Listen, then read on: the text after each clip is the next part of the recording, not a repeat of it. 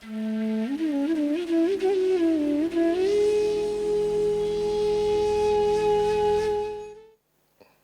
कहते हैं कि अध्यात्म और धर्म भारत का हृदय है, देश की शान है।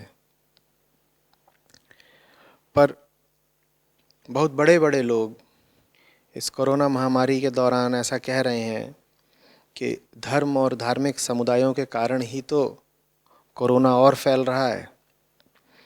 धर्म की खिल्ली भी खूब उड़ाई जा रही है।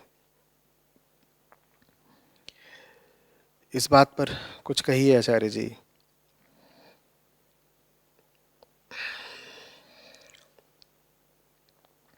देखिए, आम तौर पर आप जो कुछ देखते हो धर्म के नाम पर, वो धर्म नहीं है।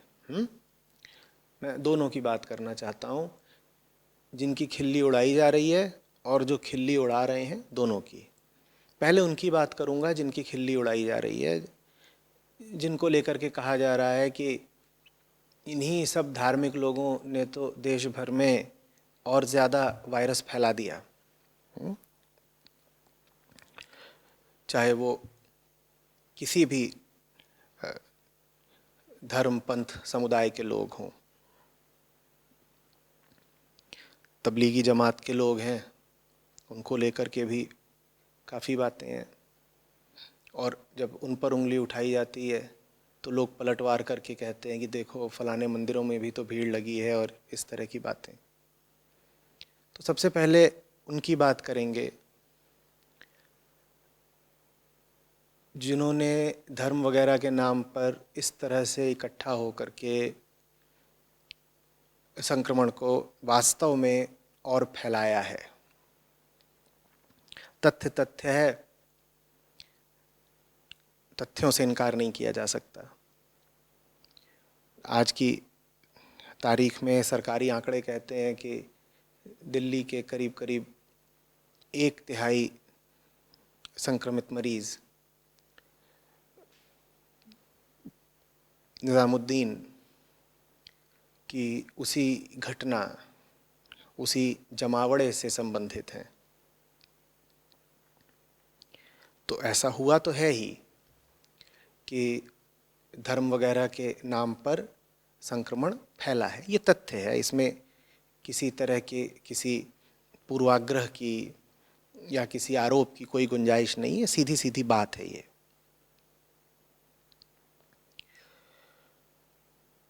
ये लोग जो अपने आप को धर्मावलंबी बोलते हैं, किसी भी धर्म पंथ मजहब समुदाय के हो सकते हैं, इन्हें धर्म का कितना पता है? दुनिया में अभी भी सिर्फ 15-16% लोग ऐसे हैं जो कहते हैं कि हम किसी धर्म को नहीं मानते। बाकी 84-85% लोग यही दावा करते हैं कि वो धार्मिक हैं। ये तो बहुत बड़ा प्रतिशत हो गया भाई। 84-85% दुनिया क्या कह रही है? हम धार्मिक हैं। फिर तो इस धरती को स्वर्गतुल्य हो जाना चाहिए था। धर्म का ऐसा विस्तार, धर्म की ऐसी पहुंच, ऐसी पकड़। 20 में से 17 लोग कह रहे हैं कि हम तो धार्मिक हैं। और स्वर्ग किसको कहते हैं? 20 में से 17 लोग धार्मिक हैं, 85%। लेकिन पृथ्वी का हाल देखो।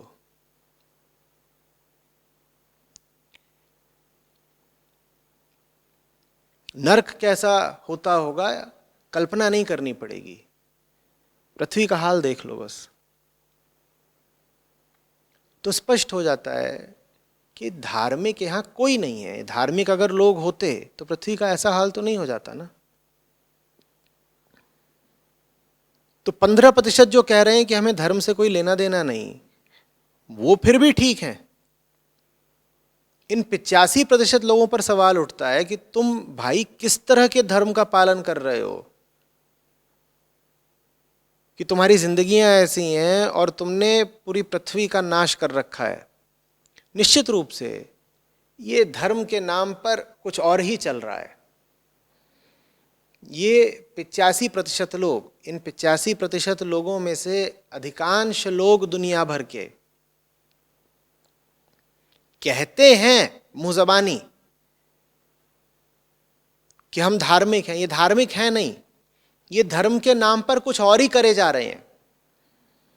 इनकी बेवकूफियां देखो, इनकी विवेकहीनता देखो,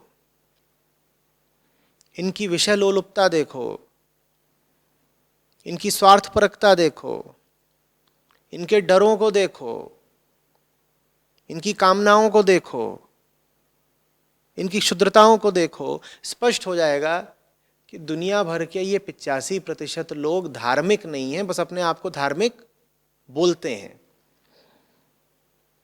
अपने आप को धार्मिक बोलते हैं, धार्मिक है नहीं, तो धर्म के नाम पर कुछ भी उल्टा पुल्टा करते रहते हैं।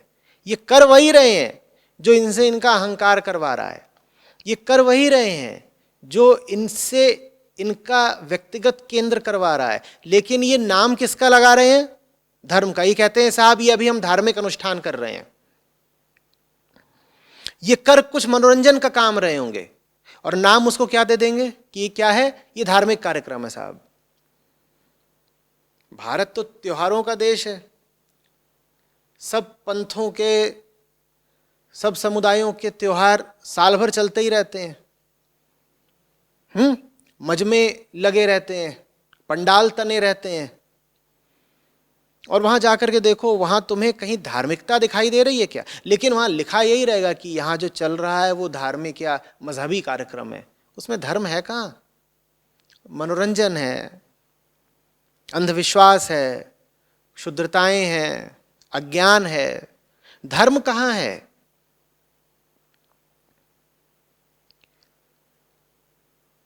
तो ये सब लोग जिन्हें धर्म का कुछ पता नहीं लेकिन अपने आप को धार्मिक या धर्मपरायण बोलते हैं, ये बड़े खतरनाक हो जाते हैं। क्यों? क्योंकि इन्होंने अपनी मूर्खताओं को, आडंबरों को, अपने अंधविश्वासों को एक बड़े ऊंचे शब्द से ढक दिया है। किस शब्द से? धर्म या अध्यात्म से। ये कर सब तरह की बेवकूफियां रहे हैं। नाम क्या लगा रहे हैं? जी साहब हम कुछ धार्मिक काम कर रहे हैं। धार्मिक काम कर ही नहीं रहे। उसी का नतीजा फिर ये है कि इनकी वजह से बड़ा नुकसान भी हो रहा है। ये अपना भी नुकसान करते हैं, दूसरों का भी नुकसान करते हैं, और इनकी खिल्ली भी उड़ाई जाती है। देश भर में, दुनिया भर में ये उपहास के पात्र बनते हैं। और अब नौबत ऐसी आ ही गई है, बात सिर्फ इस बीमारी के दौर की नहीं है, अन्यथा भी दुनिया भर में कहीं भी तुम अगर जाकर के कहो कि तुम धार्मिक आदमी हो, तो कोई तुमको बड़े सम्मान की दृष्टि से थोड़ी देखेगा। जहां तुमने कहा नहीं कि तुम धार्मिक आदमी हो, लोग यही सोचेंगे कि पोंगा पंडित हो, लोग यही सोचेंगे कि रूढ़िवादी, परंपरावादी, आडंबरवादी हो। इसीलिए धर्म से दूर हो जाना, धर्म से किनारा करना धीरे धीरे बड़े प्रचलन की बात होती जा रही है। जिसकी बुद्धि जितनी आगे बढ़ती जाती है वो धर्म से आमतौर पर उतना ही दूर होता जाता है। ये क्यों हुआ है? वो इसीलिए हुआ है क्योंकि धर्म पर जिन लोगों ने कब्जा कर रखा है, वो लोग जो अपने आप को धार्मिक बोलते हैं, वो धर्म के नाम पर न जाने किस तरीके का नंगा नाच करते हैं। तो दूसरे लोग जब उनको ये सब करते देखते हैं तो भीतर से कब जाते हो, कहते हैं धर्म का अगर ये मतलब है, कहीं धर्म के नाम पे जानवर काटे जा रहे हैं, कहीं धर्म के नाम पे इंसान काटे जा रहे हैं, कहीं धर्म के नाम पे किसी वर्ग का शोषण किया जा रहा है, कहीं धर्म के नाम पे लड़ाइयाँ चल रही हैं, कहीं धर्म के नाम पे मानसिक संकुचन है, कहीं धर्म के नाम पर विज्ञान का विरोध हो रहा है, कहीं धर्म के नाम पे तमाम तरह के अंधविश्वासों को बढ़ावा दिया जा रहा है। तो ये सब चीज़ जब बाहर से लोग देखते हो, कहते हैं बाप रे बाप, धर्म का अगर ये सब मतलब है तो हमें धार्मिक नहीं होना भाई। वो धर्म से दूर हो जाते हैं। तो जिन लोगों के हाथ में धर्म है, जो इस वक्त धर्म की कमान संभाले हुए हैं, जो लोग अपने आप को धर्मगुरु बोलते हैं, या सब जो धार्मिक नेता हैं, इन्होंने धर्म का वो हश्र कर दिया है कि धीरे धीरे लोग धर्म से ही कटते जा रहे हैं, दूर होते जा रहे हैं। और जो आदमी, मैं कह रहा हूं, जितनी विकसित बुद्धि का है वो उतना ज्यादा धर्म से तेजी से दूर होता जा रहा है।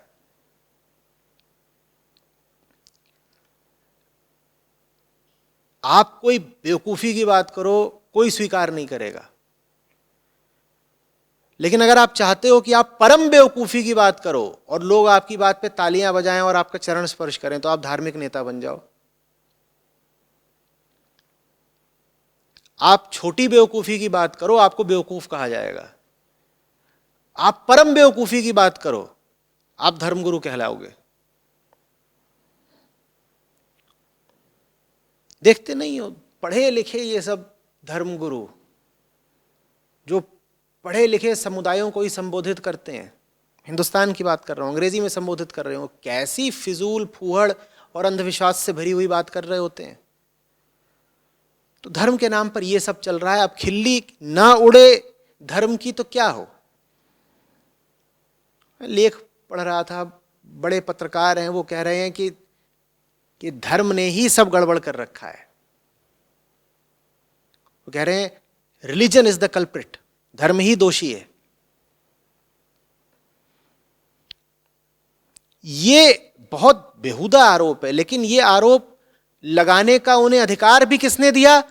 उन्हीं लोगों ने दिया जो अपने आप को धार्मिक बोलते हैं। इन तथाकथित धार्मिक लोगों ने ही आज धर्म का अपमान करा डाला है, धर्म की दुर्दशा करा डाली है। आ रही बात समझ में? अब जरा दूसरे पक्ष की बात करते हैं। दूसरे पक्ष पर वो बैठे हैं जिन्हें धर्म की खिल्ली उड़ाने में बड़ा रस आता है, जिन्हें बार बार ये साबित करने में बड़ा रस आता है कि धर्म तो पिछड़ेपन की निशानी है, धर्म तो एक मध्ययुगीन अवशेष है जिसे समय के साथ मिट जाना चाहिए। वो बार बार धर्म का मरसिया पढ़ते रहते हैं। वो कहेंगे स्त्रियों का शोषण होता है दुनिया में, कौन जिम्मेदार है? धर्म जिम्मेदार है। कोई भी चीज हो रही हो दुनिया में युद्ध हो रहे हैं, कौन जिम्मेदार है? धर्म जिम्मेदार है। और बताओ,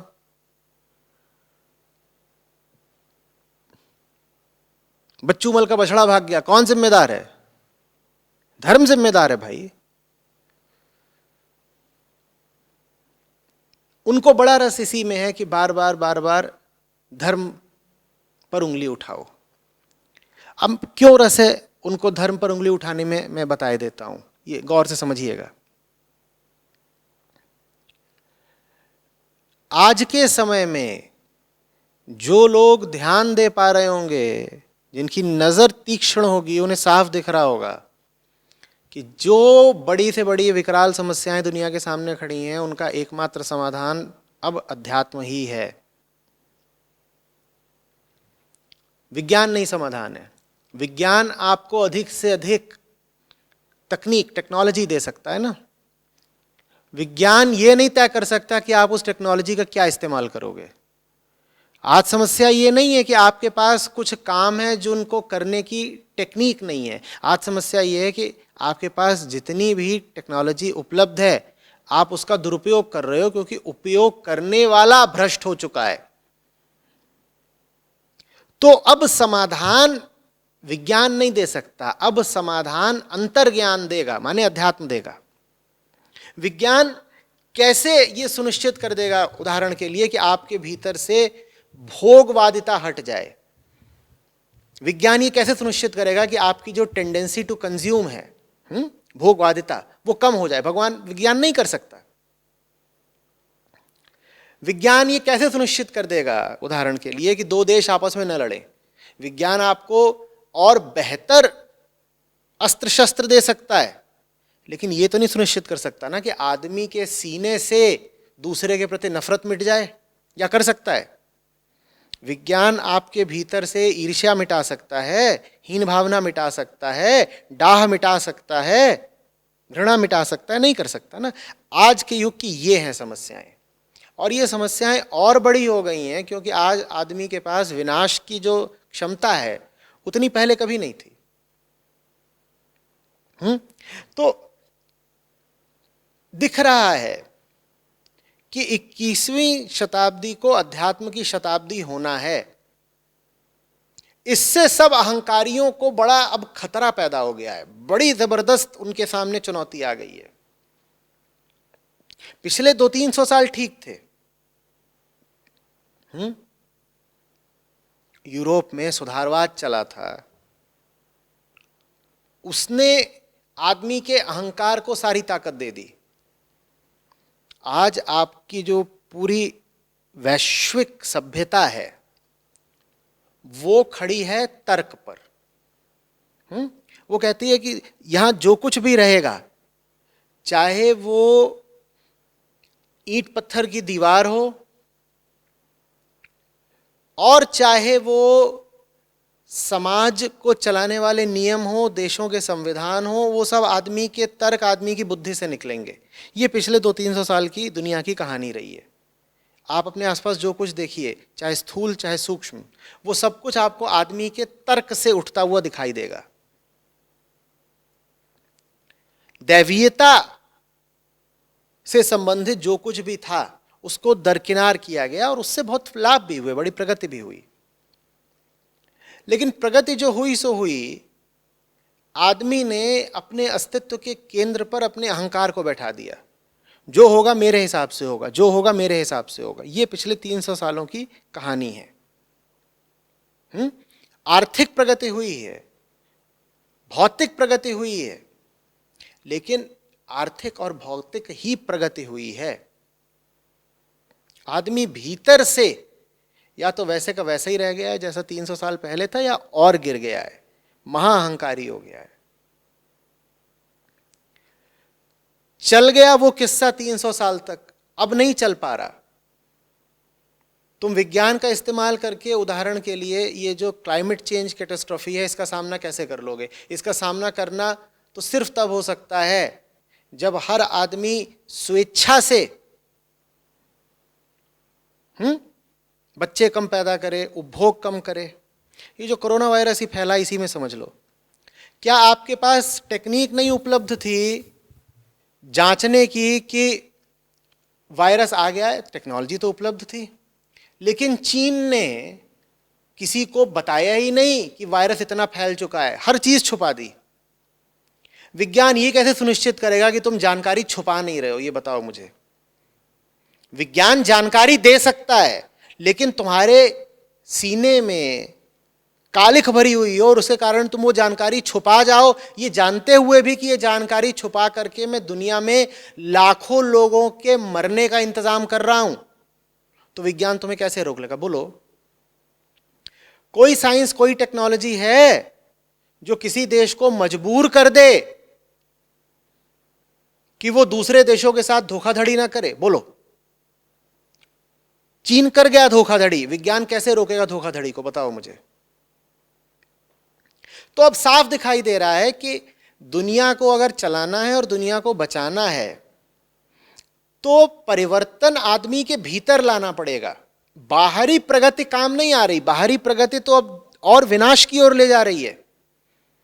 अब अगर आदमी को बचना है तो भीतरी प्रगति चाहिए। ये बात बुद्धिजीवियों को भी कुछ कुछ समझ में आ रही है, भनक लग गई है उनको कि बुद्धि के दम पर जो होना था वो पिछले 300 साल में हो गया। अब बुद्धि की सीमा पर आकर हम खड़े हो गए हैं। बुद्धि से हमें जो प्राप्त हो सकता है, बुद्धि के सामर्थ्य की जो सीमा है, उस पर हम आकर खड़े हो गए हैं। अब इसके आगे अगर जाना है, मानवता को अगर बचाना है, तो बुद्धि को समर्पित होना पड़ेगा। लेकिन बुद्धिजीवी आमतौर पर बहुत अहंकारी आदमी होता है, वो समर्पित नहीं होना चाहता, क्योंकि उसके जीवन का केंद्र ही अहम होता है। मैं हूं ना, मैं बताऊंगा, मैं सोचूंगा, मेरी मुक्त इच्छा, मेरी स्वेच्छा, मेरे अधिकार, मेरा मन, मेरा विचार, ये बुद्धिजीवी होता है। अब अगर तुमने उसके सामने ये स्थिति खड़ी कर दी है कि बेटा अब आपको समर्पण करना पड़ेगा, तो वो आपसे जान लगा के लड़ेगा। यही कारण है कि आज दुनिया भर में बड़ी से बड़ी ताकतें अध्यात्म के खिलाफ गोलबंद हो गई हैं। हर तरफ से अध्यात्म पर प्रहार किया जा रहा है, हर तरफ से। और चूंकि भारत अध्यात्म का केंद्र रहा है, इसीलिए भारत पर और प्रहार बढ़ेंगे, कुछ प्रहार हो ही रहे हैं वर्तमान में। बात समझ में आ रही है? ये जो बुद्धिजीवी वर्ग है और जो लिबरल वर्ग है, ये कोई मौका नहीं छोड़ने वाला है धर्म को नीचा दिखाने का, धर्म को अपमानित करने का और लोगों को धर्म से तोड़ने का, और खास तौर पर युवाओं को। युवा वर्ग को अगर दूर कर दो अध्यात्म से, तो अपने आप तुमने दुनिया से अध्यात्म खत्म कर दिया। समझ में आ रही? ये बात अपने ही विनाश की है, विनाश काले विपरीत बुद्धि। लेकिन अहंकार शारीरिक विनाश बर्दाश्त कर सकता है, मानसिक रूप से वो बना रहना चाहता है। देखते नहीं हो लोग आन बान शान के लिए जान देने को तैयार हो जाते हैं। ये क्या है? आप अहंकार के लिए शारीरिक रूप से मिटने को भी तैयार हो जाते हो। तो यही वजह है कि बात बात में धर्म पर प्रहार होता है। धर्म को स्कूलों के, कॉलेज की पाठ्य पुस्तिकाओं से निकाल दिया जाता है। खास तौर पर युवा पीढ़ी को भनक भी नहीं लगने दी जाती कि उपनिषद क्या बोलते हैं, भारतीय दर्शन क्या है।